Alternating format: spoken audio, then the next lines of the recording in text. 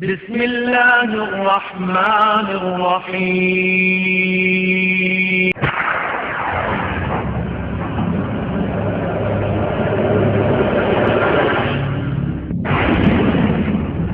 إبراهيم إنك حميد مجيد. اللهم بارك على محمد وعلى آل محمد كما باركت على إبراهيم وعلى آل إبراهيم إنك حميد مجيد. أعوذ بالله السميع العليم من الشيطان الرجيم.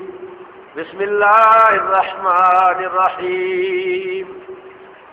قاف والقرآن المجيد بل عجبوا أن جاءهم منذر منهم فقال الكافرون هذا شيء عجيب أإذا متنا وكنا ترابا ذلك رجع بعيد. قد علمنا ما تنقص الأرض منهم وعندنا كتاب حفيظ. بل كذبوا بالحق لما جاءهم فهم في أمر مريج. أفلم ينظروا إلى السماء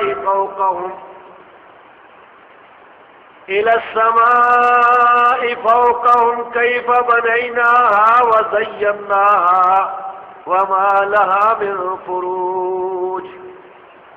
والأرض مددناها وألقينا فيها رواسي وأنبتنا فيها من كل زوج بهيج تبصرة وذكرى لكل عبد منيب. ونزلنا من السماء ماء مباركا فأنبتنا به جنات وحب الحصيد والنخل باسقات لها طلع نضيد رزقا للعباد وأحيينا به بلدة ميتا كذلك الخروج. كذبت قبلهم قوم نوح وأصحاب الرس وثمود وعاد وفرعون وإخوان لوط وأصحاب الأيكة وقوم تبع كل كذب الرسل فحق وعيد. أفعينا بالخلق الأول بل هم في لبس من خلق جديد. آج کا جو خطبہ جمعہ ہے اس کا موضوع، اس کا عنوان یہ ہے کہ اہل حدیث کا ہر مسئلہ صحابہ کرام سے ثابت ہے. یہ جو خطبہ شروع کرنے سے پہلے میں نے سلام دیا تھا، اس کا بھی ثبوت صحابہ کرام سے ملتا ہے. امام بلاذری کی کتاب ہے انساب الاشراف، اس کتاب میں صحیح سند سے یہ روایت موجود ہے کہ سیدنا عمار بن یاسر رضی اللہ تعالی عنہ جب خطبے کے لیے آتے تھے، جب خطبہ شروع کرتے تھے تو لوگوں کو سلام کہتے تھے، السلام علیکم کہتے تھے. اور یہاں پر یہ بھی یاد رہے کہ اللہ کے فضل سے اہل حدیث کا ہر مسئلہ، ہر عقیدہ، ہر عمل قرآن و حدیث اور اجماع سے بھی ثابت ہے، ادلہ شرعیہ سے بھی ثابت ہے، اور ساتھ ساتھ صحابہ کرام، تابعین اعظام اور سلف صالحین سے بھی ثابت ہے. ہم نے کوئی اپنی طرف سے کوئی نیا دین نہیں بنا لیا، کوئی نئے قسم کے اعمال کو تازہ قسم کے عقائد ہم نے خود نہیں بنا لیے. ہمارا ہر عقیدہ، ہمارا ہر عمل، ہر مسئلہ ادلہ شرعیہ سے اور صحابہ کرام و سلف صالحین سے ثابت ہے. میں اپنے موضوع کی پابندی کرتے ہوئے انشاءاللہ آپ کے سامنے حدیث کی معتبر کتابوں سے صحیح حوالے پیش کروں گا جن سے مسلک اہل حدیث کا جو کہ اصل میں اہل سنت ہے، اہل حدیث ہی اہل سنت ہے. جو اہل حدیث نہیں وہ اہل سنت نہیں. تو اہل حدیث کا اہل حق ہونا، برحق ہونا، ناجی گروہ ہونا، طائفہ منصورہ ہونا ثابت ہوتا ہے. سب سے پہلے تو ابتدا کرتے ہیں نام سے. یہ جو اہل حدیث کا نام ہے، نام یہ بھی ہمارے اسلاف سے ثابت ہے. اہل حدیث دو قسم کے لوگوں کو کہا جاتا ہے. عربی زبان میں، لغت عرب میں، محدثین کی اصطلاح میں دو قسم کے لوگ جو ہیں وہ اہل حدیث کہلاتے ہیں. پہلی قسم اہل حدیث محدثین کرام ہے. نبی کریم صلی اللہ علیہ وسلم کی حدیثیں سننے والے، اپنے استادوں سے سننے والے، انہیں یاد کرنے والے، انہیں لکھنے والے، پھر آگے انہیں پڑھانے والے، اپنے شاگردوں تک پہنچانے والے. شیخ الاسلام ابن تیمیہ نے اپنی کتاب مجموع فتاوی میں لکھا ہے، چوتھی جلد میں، کہ اہل حدیث محدثین کرام، حدیثیں لکھنے والے. اور یہ وہ بات ہے جو اہل حدیث کے مخالفین بھی مانتے ہیں، چاہے وہ کراچی کی جماعت المسلمین والا ہو، مسعود احمد BSc ہو، چاہے کوئی دیوبندی ہو، بریلوی ہو، وہ بھی کہتے ہیں کہ محدثین اہل حدیث ہیں. اب میں آپ کے سامنے پیش کرتا ہوں ایک سوال کہ سب سے پہلے محدثین کرام کون تھے؟ محدثین کرام کا جو گروہ ہے، جماعت ہے، جو آج تک برابر آ رہی ہے، اس میں سب سے پہلا گروہ جو محدثین کا ہے وہ کون ہے؟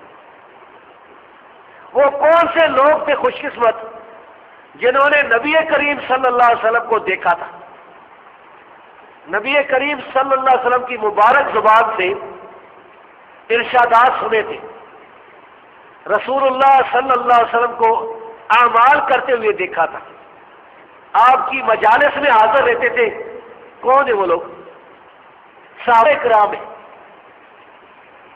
تو سب سے پہلے اہل حدیث صحابہ کرام ہیں، اور یہ بات مخالفین اہل حدیث سے بھی تسلیم کر رکھی. میرے پاس حضروں میں کتاب پڑھی ہے جس کا نام ہے اجتہاد و تقلید. لکھنے والے ہیں محمد ادریس کاندلوی، لاہور میں فوت ہوئے، بہت بڑے عالم تھے دیوبندیوں کے. اس میں صفحہ نمبر 48 پر، 70 نمبر 13 پر کاندلوی صاحب نے لکھا ہے اہل حدیث تو تمام صحابہ تھے. دوبارہ سن لیں، انہوں نے لکھا ہے کہ اہل حدیث تو تمام صحابہ تھے. تو ثابت ہو گیا کہ سارے صحابہ اہل حدیث تھے. پھر تابعین ہے، پھر تبع تابعین ہے. تابعین میں امام سلیمان التیمی رحمۃ اللہ علیہ، جو سیدنا انس بن مالک رضی اللہ تعالیٰ عنہ کے شاگرد تھے، ان کے بارے میں امام یحییٰ بن سعید القطان فرماتے ہیں کان من آل الحدیث، وہ اہل حدیث میں سے تھے. اہل حدیث کا دوسرا معنی یہ ہے کہ قرآن حدیث پر عمل کرنے والے لوگ، وہ صحیح العقیدہ مسلمان جو قرآن اور حدیث پر عمل کرتے. اس کی دلیل بھی ہمارے اسلاف سے ثابت ہے. شیخ الاسلام ابن تیمیہ رحمۃ اللہ علیہ نے اسی فتاوی میں اسی جلد میں چوتھی جلد میں یہ لکھا ہے کہ حدیث پر عمل کرنے والے بھی اہل حدیث ہیں. اور یہ مضمون ہم غالباً ماہنامہ ضرب حق یہاں سے جو اسی جامعہ سے شائع ہوتا ہے اس میں شائع کر چکے. ممکن ہے کہ بعض لوگ کہیں کہ ہم ابن تیمیہ کو نہیں مانتے، تو عرض ہے کہ شیخ الاسلام ابن تیمیہ رحمۃ اللہ علیہ سے صدیوں پہلے امام احمد بن حنبل رحمۃ اللہ علیہ نے فرمایا تھا کہ صاحب الحدیث عندنا من یستعمل الحدیث، اہل حدیث ہمارے نزدیک وہ انسان ہے جو حدیث پر عمل کرتا ہے. یہ حوالہ خطیب بغدادی کی کتاب الجامع فی اخلاق راوی و آداب سامع میں موجود ہے، ابن الجوزی کی مناقب الامام احمد میں موجود ہے، سمعانی کی ادب الاملاء والاستملاء میں موجود ہے، سند بھی صحیح ہے. اس لحاظ سے اس دور میں بھی اہل حدیث علماء جو حدیثیں پڑھاتے ہیں وہ بھی اہل حدیث ہیں، اور اہل حدیث عوام جو ان پڑھ ہیں وہ بھی اہل حدیث ہیں، کیونکہ وہ قرآن و حدیث پر عمل کرتے ہیں. اپنے علماء سے پوچھا تو اہل حدیث کا نام بھی ثابت ہوا صحابہ اور تابعین سے. یہ ابتدا میں نے کی ہے، اور جتنے دوسرے گروہ ہیں نا ان کے نام کوئی ثابت نہیں، نہ صحابہ سے نہ قرآن و حدیث سے. اس کے بعد عقیدے کا ایک مسئلہ بتاؤں. اہل حدیث کا ایک بنیادی عقیدہ ہے کہ اللہ تبارک و تعالی 7 آسمانوں سے اوپر اپنے عرش پر مستوی ہے، کما یلیق بجلالہ کما یلیق بشانہ. اللہ کی جس طرح شان کے لائق ہے، اس کی جلالت کے لائق ہے، جس طرح جلالت شان کے، اسی طرح اللہ رب العزت اپنے عرش پر مستوی ہے. اور یہ بات بھی بہت سے صحابہ کرام سے ثابت ہے. سیدنا عبداللہ بن مسعود رضی اللہ تعالیٰ عنہ، ان کا یہ اثر جو میں بیان کرنے والا ہوں بہت سی کتاب میں لکھا ہوا ہے. امام عثمان بن سعید دارمی کی کتاب الرد علی الجامعہ میں، امام بخاری کی خلق و افعال العباد میں، اور دوسری بہت سی کتابوں میں لکھا ہوا ہے ہمارے اسلاف کی، کہ سیدنا عبداللہ بن مسعود رضی اللہ تعالیٰ عنہ فرماتے تھے اس زمین سے یہ دنیا کے آسمان تک 500 سال کا فاصلہ ہے. اب یہ کون سے سال ہیں ہمیں پتہ نہیں، یہ نوری سال ہے، یہ فرشتوں کی رفتار کی کس، ہمیں پتہ ہی نہیں کس کون سی رفتار کی 500 سال ہے. فرماتے ہیں اس سے اوپر والے آسمان دوسرے آسمان تک 500 سال کا فاصلہ ہے. پھر فرمایا تیسرے آسمان تک 500 سال کا فاصلہ، کرتے کرتے 7ویں آسمان تک 500 سال کا فاصلہ، اس سے اوپر عرش تک جو ہے وہ 500 سال کا فاصلہ، کرسی تک 500 سال کا فاصلہ، اس سے اوپر فرماتے ہیں اللہ رب العزت تو سب یہ اور وہ تمہیں دیکھتا ہے جانتا ہے. یہ جو لوگ کہتے ہیں نا کہ اللہ تعالیٰ بذات خود ہر جگہ موجود ہے، حلول کیے ہوئے ہے، وہ کائنات میں اللہ داخل ہوئے ہیں، اس کا کوئی ثبوت کسی صحابی سے یہ نہ قرآن کی آیت سے نہ حدیث سے.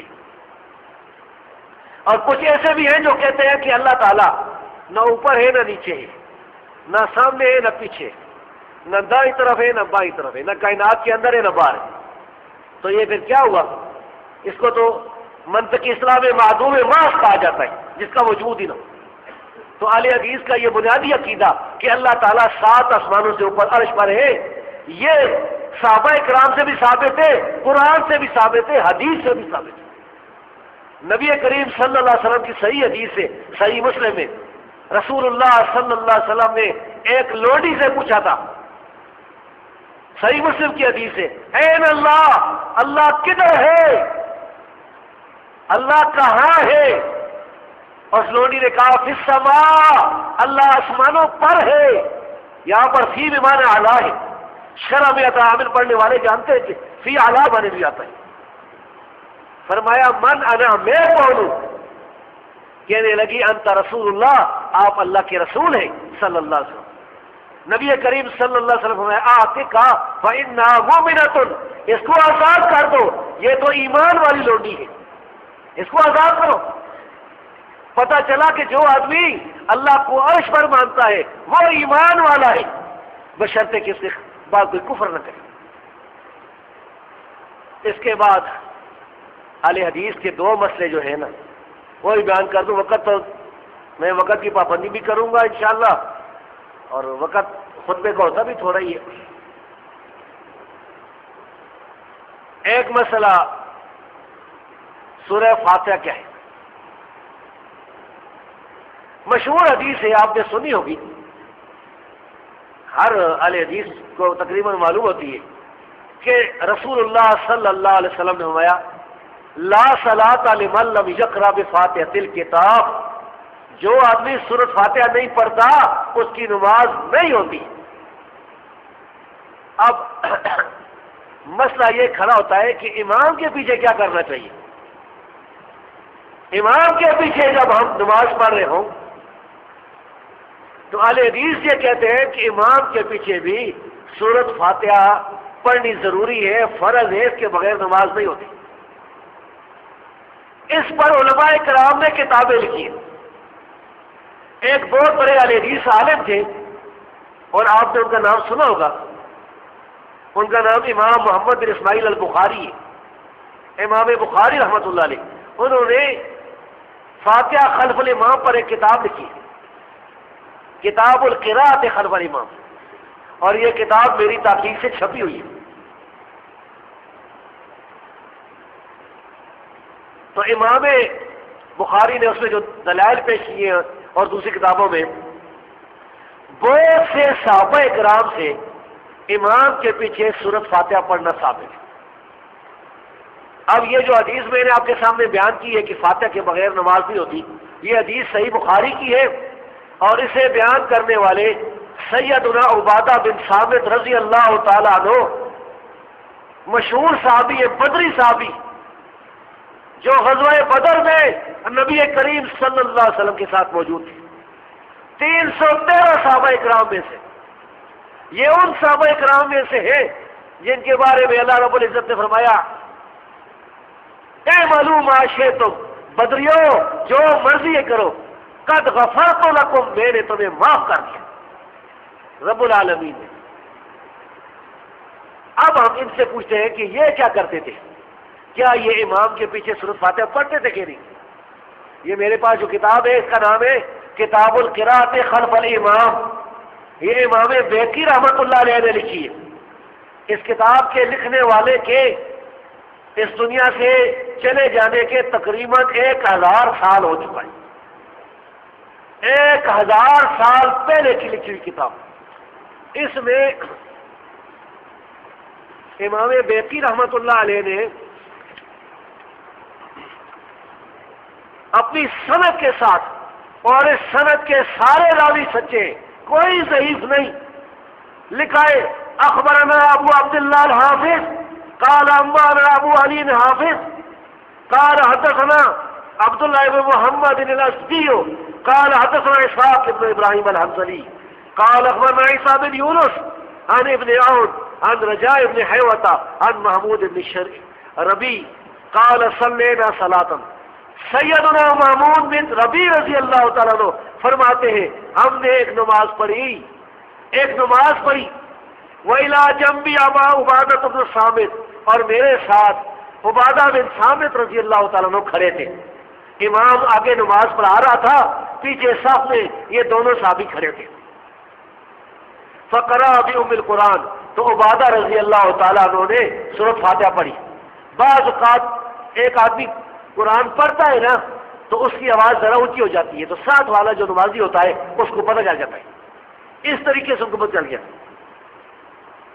فلما انصرف، جب انہوں نے نماز پڑھ لی، سلام پھیر لیا، قلت له، میں نے کہا یا ابو الولید، اے ابو الولید، نام نہیں لیا۔ یاد رکھیے کوئی عالم ہو، عزت والا انسان ہو، باپ ہو، کوئی بڑا انسان ہو تو اس کا نام نہیں لینا چاہیے۔ کسی کا باپ بیٹا تو کہے کہ ہاں اجمل خان تمہارا کیا حال ہے، نہیں، عزت کیسی، یا ابا جی، یا اباتی، یہ کہنا چاہیے۔ استاد ہو تو یہ نہیں کہنا چاہیے کہ ہاں عبد الواجد صاحب، عزت و احترام سے۔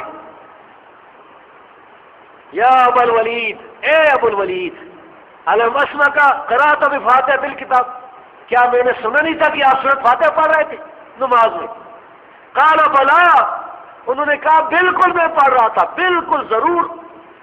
انہ لا صلاۃ الا بفاتحۃ الکتاب، سورۃ فاتحہ کے بغیر نماز ہوتی ہی نہیں، سورہ فاتحہ کے بغیر نماز نہیں ہوتی، نماز ہوتی ہی نہیں۔ اب یہ ہمارا جو مسئلہ ہے اہل حدیث کا، یہ صحابہ سے ثابت ہو گیا، یہ اپنے گھر سے ہم نے نہیں بنایا ہے، صحابہ کرام سے ثابت ہے۔ اور اس طرح کی اور روایتیں مصنف ابن ابی شیبہ جلد 1 صفحہ 375 حدیث 3770 دوسری کتابوں میں بھی ہے۔ سرفراز خان صفدر صاحب دیوبندیوں میں ایک بڑے عالم تھے، انہوں نے کتاب لکھی ہے احسن الکلام، پوری کی پوری کتاب، اتنی موٹی کتاب گجرانوالہ سے چھپی ہے، جس کا مقصد یہ ہے کہ امام کے پیچھے سورۃ فاتحہ نہیں پڑھنی چاہیے۔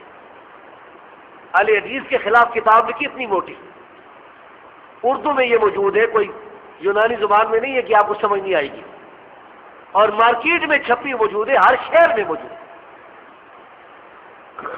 پتہ نہیں ہماری لائبریری میں ہے کہ نہیں، ہماری لائبریری کمزور ہے۔ جامعہ کی لائبریری کے ساتھ لوگوں کو خوب تعاون کرنا چاہیے۔ کتب خانہ جو ہے نا، یہ ایک بہت بڑی نعمت ہے، میرا خیال ہے شیخ صاحب کے پاس شاید ہوگی، مولانا عبدالشکور اثری حافظ اللہ کے پاس۔ اس کتاب میں جلد نمبر 2 پر صفحہ 156 پر سرفراز خان صفدر نے لکھا ہے، کیا لکھا ہے سنیں، یہ میرے الفاظ نہیں، سرفراز صاحب کہتے ہیں بہرحال یہ بالکل صحیح بات ہے کہ حضرت عبادہ رضی اللہ عنہ امام کے پیچھے سورۃ فاتحہ پڑھنے کے قائل تھے، اور ان کی یہی تحقیق اور یہی مسلک و مذہب تھا، یہی ان کا مسلک و مذہب تھا۔ پھر کہتے ہیں کہ صحابی کی بات حجت نہیں ہے،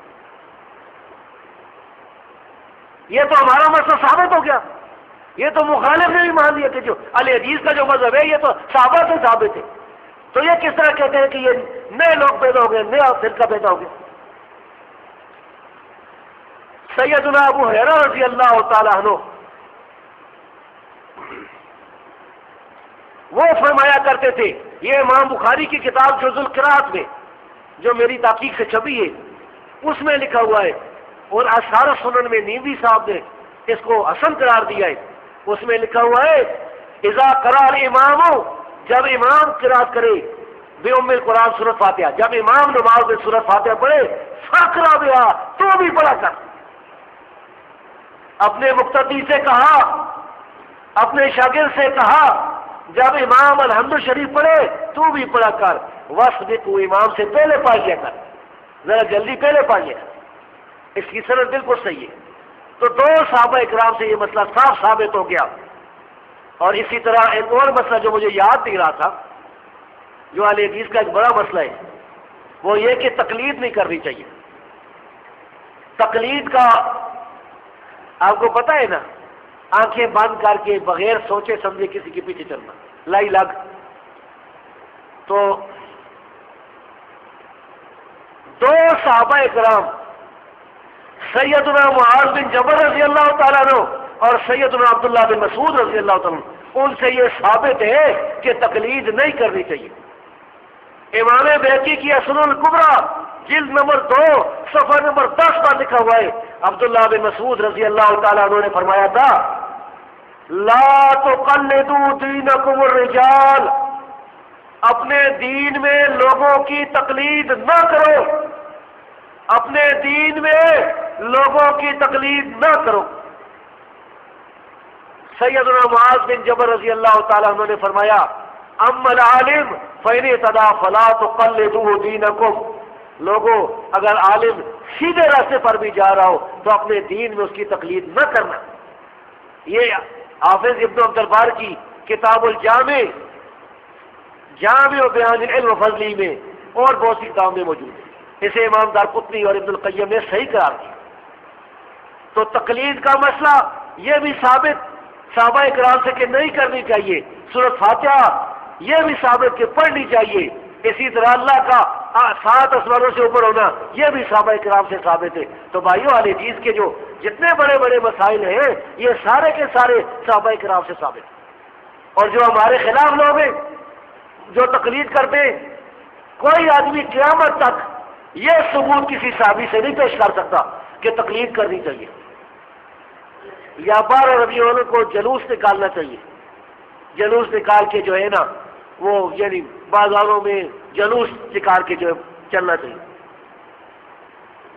یا اور جتنے بہت سے مسائل لوگوں کے۔ ایک اور مسئلہ اہل حدیث کا، ہم نماز میں اپنے دونوں ہاتھ اٹھاتے ہیں جسے رفع یدین کہا جاتا ہے، نماز شروع کرتے وقت، رکوع سے پہلے اور رکوع کے بعد۔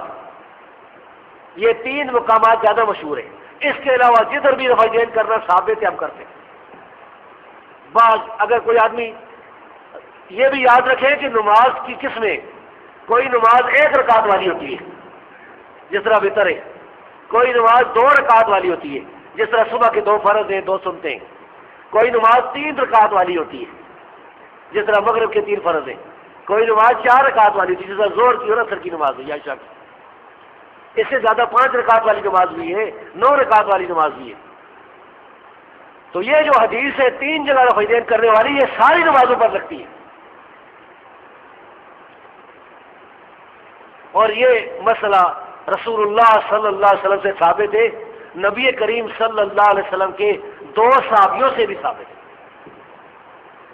صحیح بخاری میں لکھا ہوا ہے کہ عبداللہ بن عمر رضی اللہ تعالیٰ عنہ جب نماز شروع کرتے تھے رفع یدین کرتے تھے، جب رکوع کے لیے جاتے تھے رفع یدین کرتے تھے، جب رکوع سے اٹھتے تھے رفع یدین کرتے تھے۔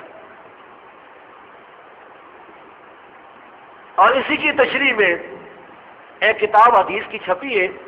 اس وقت اللہ کے فضل سے زمین نے اپنے خزانے کھول دیے، جس زمانے میں ہم اس وقت زندہ ہیں ایسی نایاب کتابیں حدیث کی وہ چھت پر مارکیٹ میں آ گئی ہے، جن کے نام بھی ہمارے بزرگوں نے سنے نہیں تھے، یا سنے تھے تو کتابیں ملتی نہیں تھی۔ امام محمد بن اسحاق السراج، امام ابو العباس، آج سے تقریباً 1300 سال پہلے گزرے،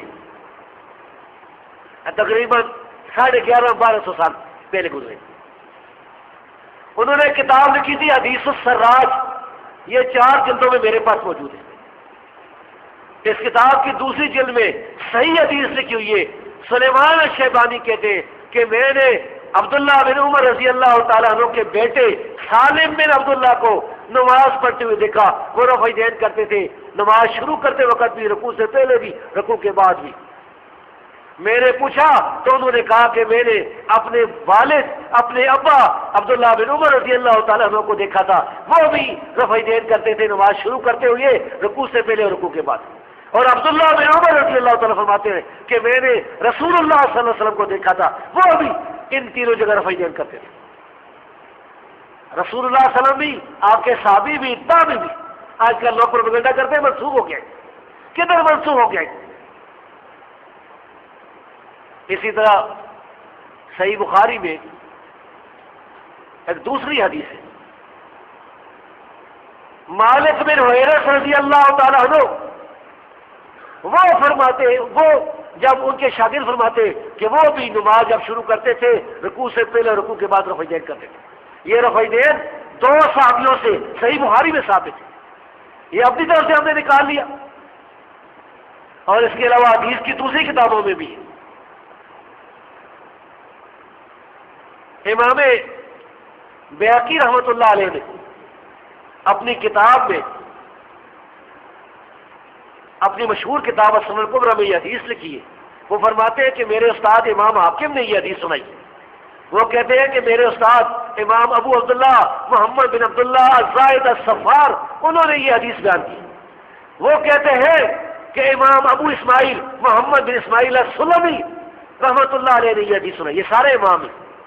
وہ کہتے ہیں کہ میں نے ابو النعمان رحمۃ اللہ علیہ کے پیچھے نماز پڑھی، وہ نماز میں شروع میں بھی رفع یدین کرتے تھے، رکوع سے پہلے بھی، رکوع کے بعد، تینوں جگہ۔ ابو النعمان فرماتے ہیں کہ یہ ابو النعمان امام بخاری کے استاد تھے، وہ کہتے ہیں کہ میں نے حماد بن زید کے پیچھے نماز پڑھی، وہ بھی تینوں جگہ رفع یدین کرتے تھے۔ حماد بن زید فرماتے ہیں کہ میں نے ایوب سختیانی کے پیچھے نماز پڑھی، وہ بھی رفع یدین کرتے تھے تینوں جگہ۔ ایوب سختیانی فرماتے ہیں کہ میں نے عطا بن ابی رباح کے پیچھے نماز پڑھی، وہ بھی رفع یدین کرتے تھے تینوں جگہ پر۔ عطا بن ابی رباح فرماتے ہیں کہ میں نے عبداللہ بن زبیر رضی اللہ تعالیٰ کے پیچھے نماز پڑھی، وہ بھی رفع یدین کرتے تھے تینوں جگہ۔ عبداللہ بن زبیر رضی اللہ تعالیٰ عنہ فرماتے ہیں کہ میں نے ابو بکر صدیق رضی اللہ تعالیٰ عنہ کے پیچھے نماز پڑھی، وہ بھی جب نماز شروع کرتے تھے رفع یدین کرتے تھے، رکوع سے پہلے رفع یدین کرتے تھے، رکوع کے بعد رفع یدین کرتے تھے۔ اور ابو بکر صدیق فرماتے ہیں کہ میں نے رسول اللہ صلی اللہ علیہ وسلم کے پیچھے نماز پڑھی، تینوں جگہ رفع یدین کرتے تھے۔ مبارک والے حدیثوں، صحیح بخاری سے بھی ثابت، حدیث کی دوسری کتابوں سے بھی ثابت، نبی کریم صلی اللہ علیہ وسلم سے بھی ثابت، صحابہ کرام سے بھی ثابت۔ یہ کوئی معمولی بات ہے؟ رفع یدین جو ہے یہ کیا کیوں جاتا ہے؟ امام طبرانی کی المعجم الاوسط میں 70ویں جلد میں یہ صحیح حدیث موجود ہے کہ سیدنا عقبہ بن عامر رضی اللہ تعالیٰ عنہ فرماتے ہیں کہ جو آدمی نماز میں رفع یدین کرتا ہے اسے 10 نیکیاں ملتی ہیں، ہر انگلی کے بدلے ایک نیکی ملتی ہے، اور ایک روایت میں آتا ہے گناہ بخشا جاتا ہے۔ کتنا ثواب ہے! نبی کریم صلی اللہ علیہ وسلم کے طریقے پر عمل بھی، نماز بھی سنت والی، نماز بھی نبی والی، اور ساتھ نیکیاں بھی، ثواب بھی۔ اسی طرح جمعے کے خطبے کا وقت جو ہے وہ تقریباً ہمارا ختم ہو رہا ہے، باقی بھی جو مسائل ہیں بڑے بڑے وہ سارے جو ہیں وہ صحابہ کرام سے بھی ثابت ہیں۔ مثال کے طور پر ابھی جب نماز ہوگی، نماز کے بعد اللہ کے فضل سے ہمارے سارے اہل حدیث بھائی کندھے سے کندھا اور قدم سے قدم ملائیں گے، پاؤں سے پاؤں ملائیں گے، کندھے سے قدم ملائیں گے، یہ بھی صحابہ کرام ثابت ہے۔ صحیح بخاری میں موجود ہے، انس بن مالک رضی اللہ تعالیٰ عنہ فرماتے ہیں کہ ہم میں سے ہر آدمی دوسرے کے کندھے سے کندھا ملا لیتا تھا، پاؤں سے پاؤں ملا لیتا۔ اور ایک روایت میں یہ بھی ہے، وہ فرماتے ہیں کہ میں اگر آج، یہ اپنے دور کی بات کر رہے ہیں جب لوگوں نے سنتے چھوڑ دی تھی، بدعت شروع ہو گئی تھی، آج اگر کسی آدمی کے پاؤں سے پاؤں ملاؤں تو وہ اس طرح بھاگتا ہے جس طرح کہ گدھا ہوتا ہے، جس طرح گدھا بھاگتا ہے۔ انہوں نے گدھے کے ساتھ تشبیہ دی ان لوگوں کو جو پاؤں نہیں ملاتے۔ اگر ہم جرابوں پر مسح کرتے ہیں تو یہ بھی حدیث سے ثابت ہے، سیدنا علی رضی اللہ تعالیٰ عنہ سے ثابت ہے، سیدنا براء بن عازب رضی اللہ تعالیٰ عنہ ثابت ہے، سیدنا سعد رضی اللہ تعالیٰ عنہ ثابت ہے، صحابہ کرام ثابت ہے۔ تو بھائیوں، یہ میرے آج کے خطبے کا خلاصہ یہ ہے کہ اہل حدیث کا ہر مسئلہ قرآن اور حدیث سے ثابت ہے، اجماع سے ثابت ہے، صحابہ کرام سے ثابت ہے، سلف صالحین سے ثابت ہے۔ یہ صدیوں سے آ رہا ہے، 1400 سال سے آ رہا ہے، ہم نے اپنی طرف سے کوئی دین نہیں بنا لیا۔ اس لیے سوچ لیں، موت کا فرشتہ آنے والا ہے، ایک وقت ایسا آنے والا ہے جب دنیا سے چلے جائیں گے، قبر کی رات آنے والی ہے۔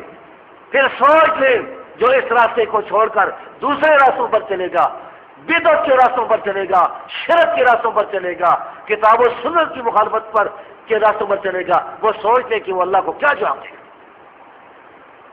گا۔ جب قبر میں منکر نکیر آئیں گے تو کیا جواب دے گا؟ اپنے آپ کو اس دن کی سختیوں سے کس طرح بچائے گا؟ بھائیو، اس دن کوئی بچانے والا نہیں، اللہ کے عذاب سے، اللہ کی پکڑ سے کوئی بچانے والا نہیں۔ ہاں، جو لوگ ایمان لائیں گے دنیا میں، نیک اعمال کریں گے، الا الذین آمنوا وعملوا الصالحات، یہ وہ لوگ ہیں جو اس دن کامیاب ہوں گے۔ تو اس دن کے لیے تیاری کریں۔ اگر کوئی غلطیاں ہو گئی ہے تو اللہ سے معافی مانگے، اللہ رب العزت غفور رحیم ہے۔ واقول قولی ھذا واستغفر اللہ لی ولکم سائر المؤمنین، آمین یا رب العالمین۔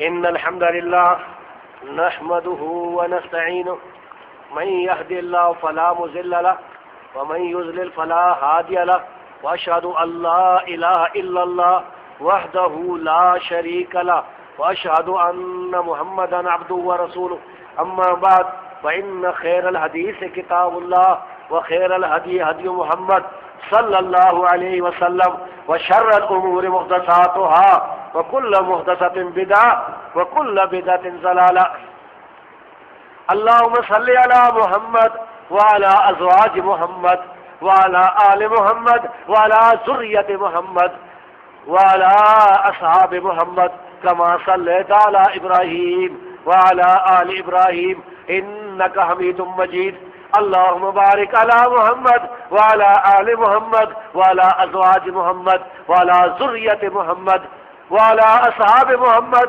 كما باركت على إبراهيم وعلى آل إبراهيم إنك حميد مجيد۔ یہ ایک اعلان ہے، میاں طاہر صاحب کے ماموں میاں عارف رحمان موٹر والوں کے والد میاں محمد یونس صاحب وفات پا چکے ہیں، ان کی مغفرت کے لیے دعا فرما دیں۔ جماعت اہل حدیث کے لیے ان کی بڑی خدمات تھیں۔ تاریخ وفات 5 اپریل۔ اللہ رب العزت سے دعا ہے کہ اللہ تعالیٰ ان کی مغفرت فرمائے، رحمہ اللہ، انا للہ و انا الیہ راجعون۔ اور جتنے بھی صحیح العقیدہ مسلمان فوت ہو گئے ہیں، اللہ رب العزت ان سب کی مغفرت فرمائے، اللہ ان کی خامیاں معاف فرمائے، قبر کی عذاب سے بچائے، قیامت کے دن کی سختیوں سے بچائے۔ جتنے لوگ بیمار ہیں اللہ رب العزت ان کی بیماریاں دور فرمائے۔ بعض لوگوں کو جسمانی بیماریاں ہیں، جسم کی بیماریاں ہیں، اللہ وہ جسمانی بیماریاں دور فرمائے۔ بعض لوگوں کو روحانی بیماریاں ہیں، کوئی شرک کی بیماری میں مبتلا ہے، کوئی بدعت کی بیماری میں مبتلا ہے، کوئی اور بیماری میں، اللہ ان کی روحانی بیماریاں دور فرمائے۔ بہت سے لوگ محتاج ہیں، اللہ ان کی محتاجیاں دور فرمائے۔ کئی لوگ قرضوں میں پھنسے ہوئے ہیں، اللہ رب العزت ان کے قرضے دور فرمائے، قرضے اتارنے کی توفیق عطا فرمائے۔ اللهم انا اذنبنا ذنوبا كثيرا ولا يغفر الذنوب الا انت فاغفر ذنوبنا واسرافنا في امورنا اللهم اغفر ذنوبنا اللهم انصر الاسلام والمسلمين